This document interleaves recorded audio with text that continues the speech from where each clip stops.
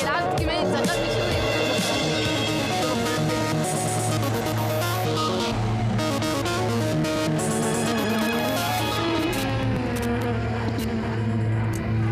Maghreb Orient Express, bienvenue à tous. Apartheid, laïcité, identité, voile, pas un jour quasiment sans que l'on entende ces mots dans les médias, mais aussi sur les réseaux sociaux des deux côtés de la Méditerranée, en Europe et au Maghreb. Les débats sur ces thèmes restent passionnels. Alors certains artistes n'hésitent pas à faire valser les stéréotypes et à se réapproprier les clichés pour mieux en rire. 4 invités avec nous aujourd'hui dans MOE sur TV5 Monde. Samia Orozman, merci d'être avec nous. Vous êtes humoriste. Votre spectacle s'intitule Femmes de couleur. Vous serez en tournée le 6 février dans quelques jours donc à Oujda au Maroc, du 8 au 15 à Abidjan en Côte d'Ivoire, puis ensuite le 21 mars à Lausanne en Suisse, mais dès demain au point virgule à Paris. Avec nous également à vos côtés Slimane Dazi. Bonsoir, merci d'être avec nous. Vous êtes comédien à l'affiche de Fièvre, le film d'Hicham Ayouch, en lice pour le prix Lumière 2015 dans la catégorie meilleur film francophone. Ce sera demain soir à Paris, récompense décernée par les correspondants de la presse étrangère dans la capitale française et film également, on le précise, dans la sélection officielle du FESPACO qui se tiendra à Ouagadougou au Burkina Faso. Yann Ismail, bienvenue à vous. Vous êtes islamologue, conférencier, acteur associatif également. Et puis de la musique aujourd'hui également avec l'artiste Ibrahim Malouf. Merci d'être avec nous. Vous êtes trompettiste, compositeur, parrain de l'édition 2015 du festival Musicora. Vous invitez tous ceux qui partagent votre passion à participer à une improvisation géante, collective, exceptionnelle. Ce sera dimanche prochain, 8 février, en clôture de Musicora, donc le rendez-vous classique de jazz qui se déroule du 6 au 8 février. Alors avant d'en parler avec vous, Ibrahim Malouf, voici un avant-goût de ces improvisations.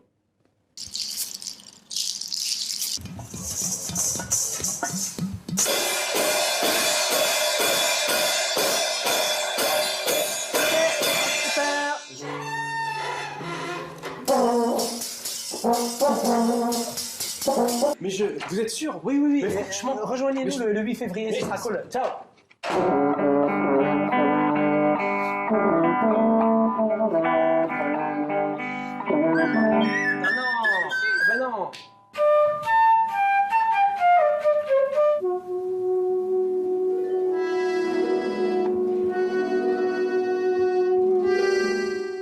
Voilà, alors près de 1000 artistes, musiciens, amateurs ou professionnels sont attendus, de tous âges confondus, dimanche prochain au 104 à Paris. Ibrahim Malouf, comment vous est venue l'idée de ce projet? Bonjour à tous. Écoutez, juste, merci d'avoir passé cette vidéo, mais surtout, il ne faut pas que les gens s'imaginent que ça va être la cacophonie comme ça.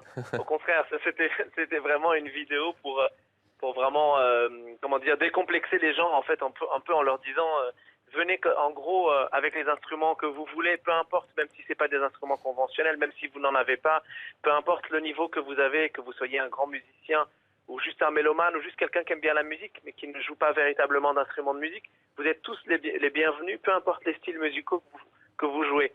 Et finalement, ça a été en effet, on s'attendait à avoir 700, 800 personnes en se disant, oh là là, comment on va faire s'il y a vraiment 700, 800 personnes? Finalement, on va être plus de 1600 personnes puisqu'il y a eu là maintenant, au moment où je vous parle, il y a plus de 1600 personnes inscrites. Donc ça va être un gigantesque orchestre. Il n'y a pas de public, tous les gens qui sont là vont participer. Et ça va être un grand moment d'improvisation comme ça, où tous les styles musicaux, tous les âges, toutes les générations, toutes les origines, tous les instruments, même les voix, il y a même des danseurs qui viennent, vont se mélanger pour un moment en même temps convivial et en même temps assez pédagogique, je crois, autour de l'improvisation. Alors c'est un événement qui prend encore plus de poids et de symboles avec les événements qu'a connu la France récemment. Quel est l'objectif de ce rendez-vous, Ibrahim Malouf? Écoutez, je peux pas définir un objectif, il y en a plusieurs évidemment. D'abord, passer un bon moment en ce moment dans une période aussi compliquée, un moment de convivialité en oubliant, en effet, vous avez raison de noter qu'en ce moment c'est compliqué, en oubliant les origines, les religions, les styles, etc. Mais juste de se dire, voilà, on va célébrer la créativité musicale sans se soucier vraiment de d'où vous venez, vos origines, etc. Mais juste en se disant, l'avenir, voilà, le futur, c'est ça qui est le plus important. Et comment réussir à construire ensemble en inventant un monde meilleur à travers la musique. Donc ça, c'est évidemment, c'est un peu le premier message, je dirais, subliminal de cet événement.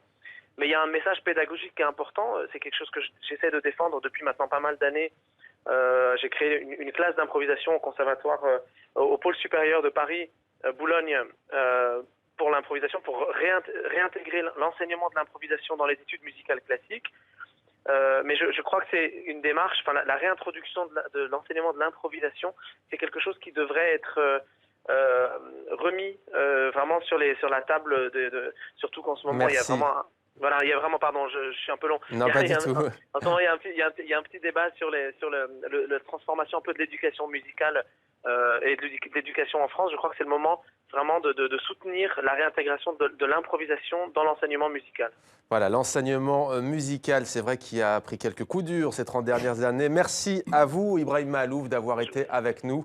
C'est donc dimanche prochain, cette initiative très originale. Samia Oresman, la musique, le rire aussi, c'est ce que vous avez choisi, vous, l'humour. Vous vous êtes fait connaître sur les réseaux sociaux en particulier, avec des vidéos en ligne, hein, bien avant d'ailleurs les attentats qu'a connus la France. On va regarder l'un de vos sketchs, c'était juste après les attentats au Canada, notamment contre le Parlement d'Ottawa en octobre dernier. Alors bonjour, c'est juste un petit message pour tous les cinglés, tous les faux, les malades mentaux qui décident de se déclarer islamistes, intégristes, djihadistes, pianistes, cyclistes, juste pour commettre leurs méfaits, d'accord? Vous êtes gentils maintenant, vous nous laissez tranquilles, hein? On est fatigués, c'est déjà compliqué de vivre ici en Europe. Si en plus vous commencez à ramener toute la haine vers nous, ça commence à fatiguer un petit peu beaucoup quand même, voilà. Donc merci de choisir une autre religion, voilà.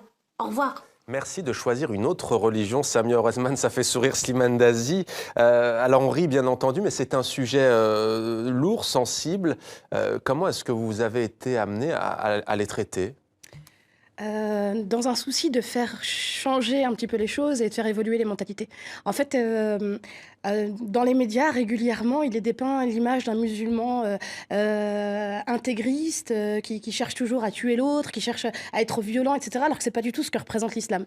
Et donc, j'ai voulu rééquilibrer un petit peu les choses en essayant de dépeindre avec humour certaines situations. Et donc, cette vidéo-là, en l'occurrence, c'était surtout un coup de gueule. Comme vous l'avez expliqué, c'était juste après les attentats d'Ottawa. Au début, on nous dépeint le profil des tueurs comme étant des occidentaux, etc. Puis au fur et à mesure de l'enquête, on apprend qu'ils venaient tout juste de se convertir à l'islam juste avant d'aller tuer des gens.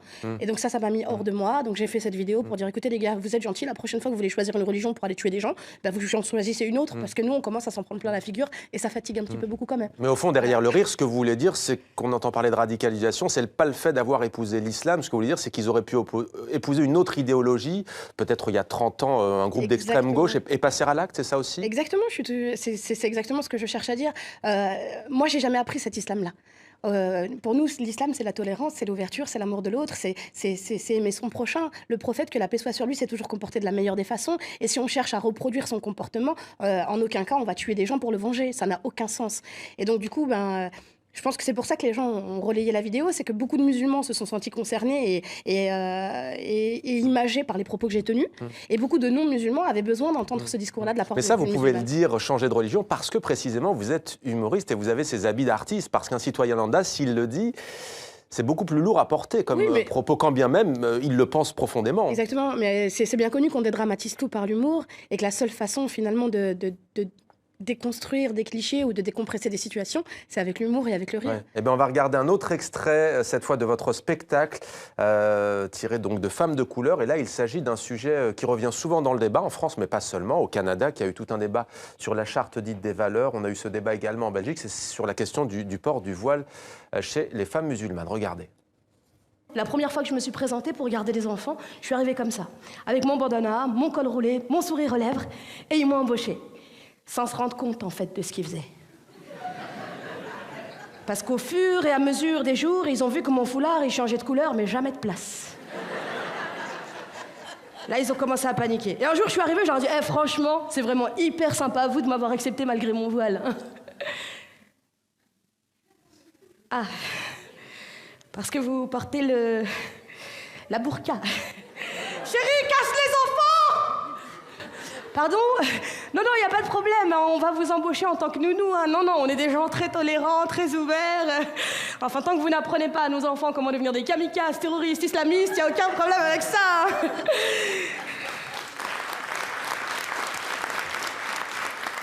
Vous ne leur apprenez pas ça, n'est-ce pas? Non mais c'est dingue, le jour où j'ai mis un bout de tissu sur ma tête, j'ai eu l'impression d'entrer dans la 4e dimension. J'ai eu le droit à plein de réflexions complètement bêtes du genre oh, Samia, tu portes le voile. Arrête, déconne pas, qui c'est qui me l'a mis, j'avais même pas capté.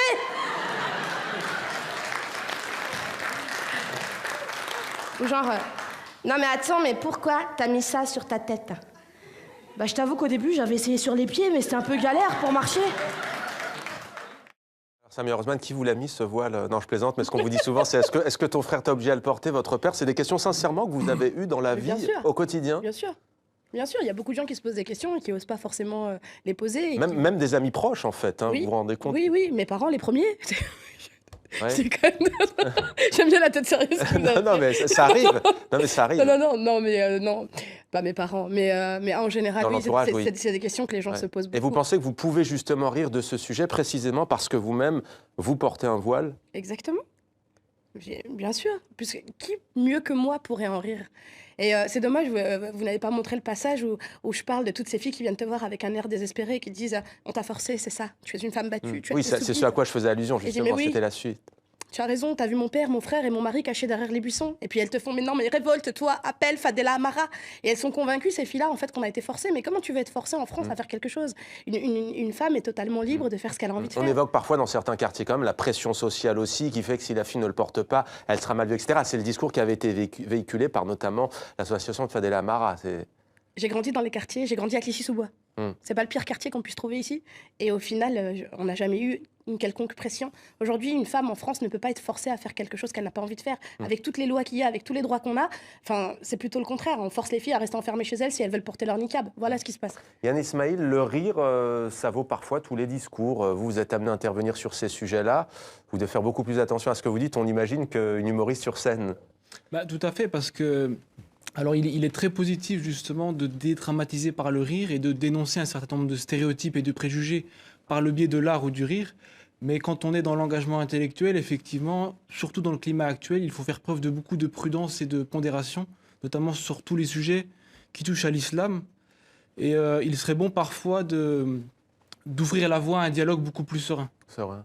Slimane Dazi, vous êtes d'une autre génération, par exemple, que Yanis ou que Samia. Quel regard portez-vous sur ces débats récurrents dans la société française? De quoi est-ce, selon vous, le symptôme? Vous qui êtes non pas sociologue, mais comédien, comment vous voyez les choses? Le débat sur le port du voile, les discriminations? Je le vois... J'essaye déjà de moins l'écouter possible, comme je vous le disais tout à l'heure. Les informations, j'essaye vraiment de m'en écarter le plus possible. Et je rejoins un petit peu ce que disait... Samia, pardon. Je rejoins un petit peu ce que disait Samia et que moi, je n'ai jamais vu... je n'ai jamais senti des interdictions ou quoi que ce soit dans les quartiers. En tout cas... chez les jeunes femmes, il y a des cas très isolés, exceptionnels, etc. Mais ce que je ressens, c'est qu'on est vraiment dans une caricature, dans un clicheton, et ça devient un petit peu fatigant. Quoi. Ça devient un petit peu fatigant. Alors, dans Fièvre, Slimane Dazi, vous incarnez Karim, le père de Benjamin. C'est un adolescent de 13 ans qui vit dans des foyers, qui va de foyer en foyer et qui décide, lorsqu'il apprend qu'il a un papa, d'aller vivre chez lui. Le souci, c'est que ce père de famille vit avec ses parents. Il a un frère handicapé à cause de lui, après un accident de la circulation. Et alors là, ça va être le bouleversement. L'enfant va totalement chambouler ses parents, son père également. C'est un film très très dur. On regarde la bande-annonce avant d'en parler. Je veux aller chez mon père. Tu le connais pas, ce monsieur. Il sait rien de toi. Ta mère, elle a des graves problèmes. Tu laisses la vie dans le ventre d'une femme et tu nous dis rien. Y'a pas de papa! Je te parle comme à un homme, laisse papa de côté. C'est Benjamin, mon fils. Y'a que les putes qui niquent avec les Arabes. Toi, tu vas nettoyer ta mère, petit connard. À quoi tu joues là? Tu fais ton petit match, tu viens foutre le bordel, la misère jusqu'à dans mon job. Putain de merde! Je sais pas quoi faire avec ce gosse. Il a de la haine dans les yeux. 10 ans pour rire. 10 ans pour penser. 10 ans pour aimer.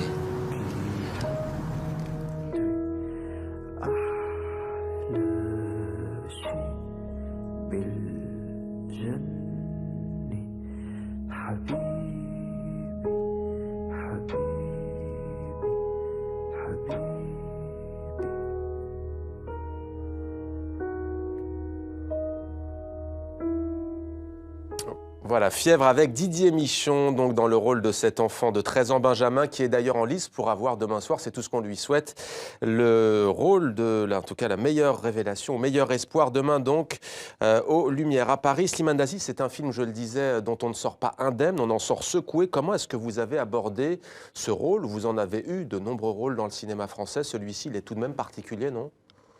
Et il est fort, mais alors là, moi je vais vous reprendre, je pense que le film...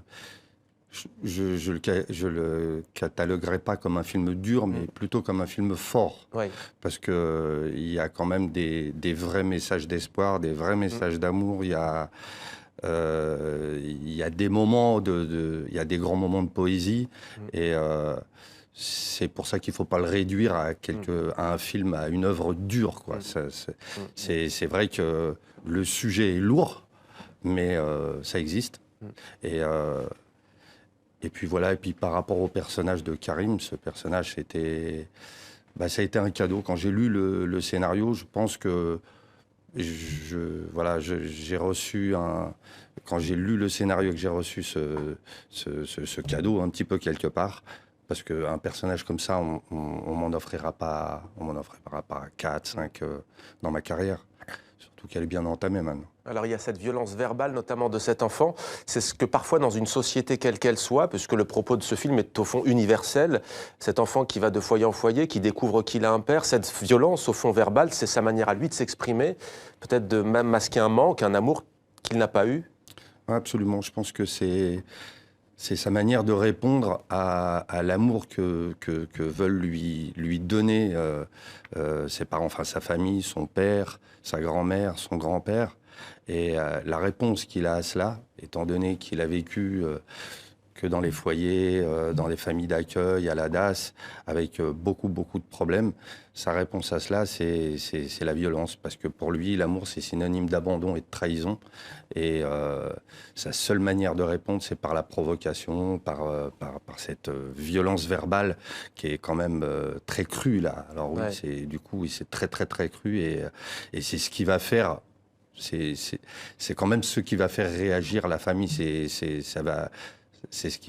l'électrochoc qui va faire. Et l'espoir, où est-il? Slimane Dazi, c'est notamment cette scène un peu à la fin, lorsqu'il est pris, on le voit, d'amour pour votre frère, hein, dans le film, qui est handicapé. C'est une scène très forte. Moi, je pense que l'espoir, il est à partir du moment où il y a un clash, où il y a vraiment la confrontation, où le père sort vraiment de son mutisme, de son silence, de son côté totalement amorphe, quoi, où il redevient vivant. À partir de là, l'enfant et le père vont se rencontrer. Et la famille, quelque part, va se retrouver et va se rencontrer avec le gamin, le père qui va se retrouver avec le fils. Et du coup, avec eux-mêmes aussi, peut-être. Absolument. Et il y a des fois où on a besoin de ça, quoi. Et je trouve que c'était une manière forte de l'amener. Yann Ismail, besoin de se retrouver, dit Slimane Dazi. Vous, après les attentats contre Charlie Hebdo, contre l'épicerie cachère de la Porte de Vincennes et contre les policiers aussi, hein, vous avez écrit ceci sur les réseaux sociaux. C'est un collège ou un lycée à Strasbourg, il me semble, qui vous a sollicité pour un entretien. Et vous dites, il est fondamental que les citoyens de différentes origines, religions, horizons philosophiques puissent dialoguer pour apprendre à se connaître mutuellement, connaître nos points communs pour agir dans des causes communes et accepter nos différences dans le respect et la compréhension mutuelle. Et vous dites en conclusion quasiment, c'est la seule voie qui permettra à la France de rester unie dans sa diversité. Oui, tout à fait, parce qu'aujourd'hui, on a une ignorance mutuelle. Et donc, ce qu'il serait intéressant, c'est d'agir dans le sens de la connaissance mutuelle.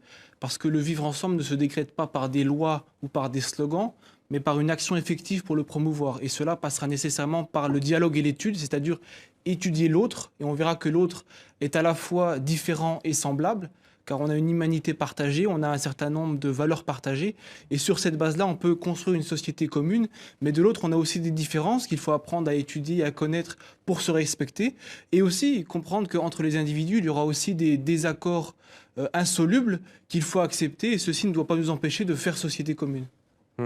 Mais cela dit, alors il y a plusieurs explications, plusieurs grilles de lecture pour expliquer par exemple la violence que l'on a vue en France. Récemment, le Premier ministre français Manuel Valls a parlé d'apartheid social, territorial, ethnique. Ce sont des mots qui ont frappé, qui ont provoqué le débat. Je vous cite un sociologue qui s'appelle Renaud Epstein et qui dit faire de telles déclarations, formulant les problèmes en termes ethno-raciaux, après les attentats, cela revient, dit ce sociologue, à établir implicitement un lien entre la concentration spatiale des minorités et le terrorisme. Quel est votre avis à ce sujet ? Alors moi je pense que dans un phénomène de violence, la première des choses c'est bien sûr de le condamner, mais on ne peut pas simplement avoir une réflexion primaire, il faut réfléchir aux causes fondamentales de ce phénomène, qui sont, bien sûr il y a la dimension sécuritaire, mais il y a aussi dans les causes profondes, fondamentales, la question des discriminations, la question de la pauvreté, de la précarité, la question de la ghettoisation et la question de l'islamophobie et du racisme qui est aujourd'hui en train de miner le vivre ensemble et la cohésion sociale. Et aujourd'hui, lutter contre l'islamophobie, c'est faire œuvre de salubrité publique, parce que l'islamophobie est un des éléments parmi d'autres qui ouvre un terreau favorable à la radicalisation. L'islamophobie, pardon de vous couper, Yann Ismail, c'est un mot un peu tabou. On entend rarement de définition de ce mot. J'aimerais vous en lire une. C'était après les attentats, justement, qui ont secoué la France. Des intellectuels disent ceci: l'accusation d'islamophobie ne vise pas ceux qui critiquent la religion musulmane, mais ceux qui attribuent aux musulmans une identité qui découlerait du Coran, disent ces intellectuels, et qui en font un groupe homogène, porteur d'un projet cohérent visant nos institutions et nos valeurs. Est-ce que, alors parmi ces intellectuels, il y a Alain Grèche, il y a Michel Sibony, notamment président de l'Union juive française pour la paix. Est-ce que c'est une définition que vous partagez ? Alors, je la partage tout à fait. Et pour moi, l'islamophobie, elle relève de deux dimensions. Il y a la définition que je qualifierais de minimaliste ou de pénale, qui se caractérise par en fait donc tout acte de discrimination, de violence physique ou verbale à l'encontre d'individus en raison de leur appartenance réelle ou supposée à l'islam, est la définition minimale de l'islamophobie. Ensuite, il y a la deuxième dimension qui est plus idéologique ou politique, qui considère ou qui attribue à un musulman, du fait de son appartenance à l'islam, un projet quasiment génétique, un projet de violence, un projet de conquête, un projet de colonisation à l'endroit de la France ou de l'Europe. Et ça, c'est donc une construction idéologique qui construit le musulman comme un problème de société. Et il y a ces deux dimensions-là, la dimension, je dirais, d'ordre pénal et la dimension plus idéologique qu'il faut combattre. Samia Rosman, quel est votre avis à ce sujet, justement ? Vous parliez de choses, on va dire, plus terre-à-terre, mais qui sont dures à vivre au quotidien pour les personnes qui sont victimes de ce genre de propos, de stigmatisation, mais sur la définition qu'on vient d'aborder. Je suis tout à fait d'accord avec lui. Je suis tout à fait d'accord avec lui. Et à partir du moment où on s'attaquera justement à toute forme de racisme, je pense que les choses pourront évoluer dans le bon sens. Mais pourquoi, à votre avis, dans ces cas-là, pardon, on entend, est-ce que l'islam est soluble dans la République ? Pourquoi cette religion particulièrement a-t-il cela ? Est-ce que c'est lié à l'actualité internationale selon vous ? Oui, il y a de ça. Et je pense que c'est aussi une façon d'exacerber quand même les haines des uns contre les autres. J'ai l'impression aujourd'hui qu'on ne cherche pas vraiment à rassembler les gens, mais à surtout les diviser. Et en réalité, c'est un faux problème. Je veux dire, les musulmans ont toujours fait partie du paysage francophone français, et ça n'a jamais posé problème. Maintenant, il faut savoir qu'après les attentats de Charlie Hebdo, les premières victimes collatérales sont les musulmans. Aujourd'hui, il y a de plus en plus d'actes islamophobes, il y a de plus en plus de mosquées qui sont attaquées, de femmes voilées qui se font agresser, aussi bien physiquement que verbalement. Moi, j'ai déjà eu des récits qui m'ont été rapportés. Je me suis dit, mais c'est pas possible. Slimane Dazi, sur cette identité musulmane, ça c'est quelque chose, vous, et nous d'ailleurs, que nous n'entendions pas en France il y a quelques décennies. On ne disait pas il est musulman. D'ailleurs, il y a des gens qui peuvent être originaires de pays du Maghreb et être athées, ne pas croire en Dieu. C'est quelque chose qu'on n'entendait pas avant. Comment vous, pareil, en tant que citoyen, encore une fois, et non pas spécialiste, vous vivez cela? Si on vous dit, vous, Slimane Dazi, vous êtes musulman Je dis d'abord, je suis Slimane Dazi, je suis un citoyen, comédien, père de famille. J'ai grandi dans un islam d'amour, comme disait ma Samia. Et vraiment, ce que j'ai reçu, c'est vraiment c'est à l'antipode de ce qu'on entend, de ce qui est divulgué, de ce qui est... cet islam que l'on entend, qui est surmédiatisé, faudrait un petit peu voir ce qui se passe déjà à l'origine, que ce soit dans les quartiers, les jeunes qui ont des jeunes dérives et puis qui ont des petites dérives et puis qui se retrouvent en prison pour des petits délits. Et petit à petit, ces jeunes-là, c'est souvent le terreau, c'est en prison, quoi. C'est vraiment en prison. Et si on commence pas par là, on commence pas par travailler sur le problème de ces jeunes qui sont à l'origine encore des innocents, si on ne travaille pas là-dessus... Pour vous, les gouvernements doivent faire leur autocritique aussi? Mais moi, je pense qu'il y a quand même un problème au niveau des instances publiques, des instances politiques, quoi. Et ça, c'est pas d'hier. Voilà, j'ai traversé le gouvernement de Giscard d'Estaing, de Mitterrand, etc. Et voilà, il arrive un moment où il faut... Le vrai problème, il n'est pas là, quoi. Voilà, il faut aller sur... Et ça, je rejoindrai un petit peu ce que dit mon ami François Truquaigne. Il a créé cette association qui s'appelle Chrysalide. Il est en Belgique. Et lui, il fait un vrai travail de fond. Et c'est l'éducation, tout passe par là, quoi. Eh bien, on terminera sur cette passerelle francophone entre la France et la Belgique. Merci à vous, Slimane Dazi, merci Samir Oresman, merci à vous, Yann Ismail également, d'avoir participé à MOE. Merci à vous également. À dimanche prochain pour une nouvelle émission.